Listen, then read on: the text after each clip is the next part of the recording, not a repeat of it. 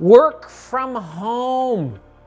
It's the big debate on the horizon, right? For many of these organizations, a whole bunch of them are going to be pushing back here soon, saying, no, you got to come back to the office. And you're like, what? I've been crushing it at home.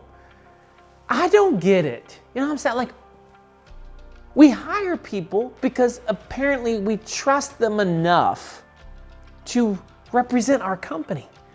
But then oftentimes we say we don't trust them enough to work from home?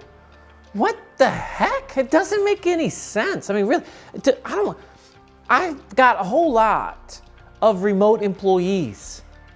And the beauty of it is, and this just fits my style, is I don't need to make sure that you're in the office 40 hours to show that you're doing your work. Like, who really cares anyway? Why am I going to punish the person that could get everything done in 20 hours? Or the person that needs extra time?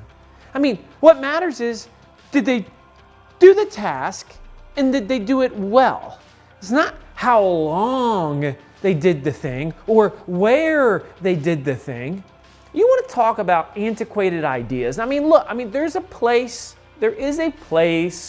for offices and the work culture and collaboration and all these things. And there's also a place to keep our butts at home and be efficient sometimes.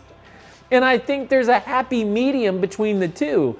But this idea of companies going back to the way that it was and saying, you've got to come in to the office if they have shown that they can do it from home, that ain't gonna work.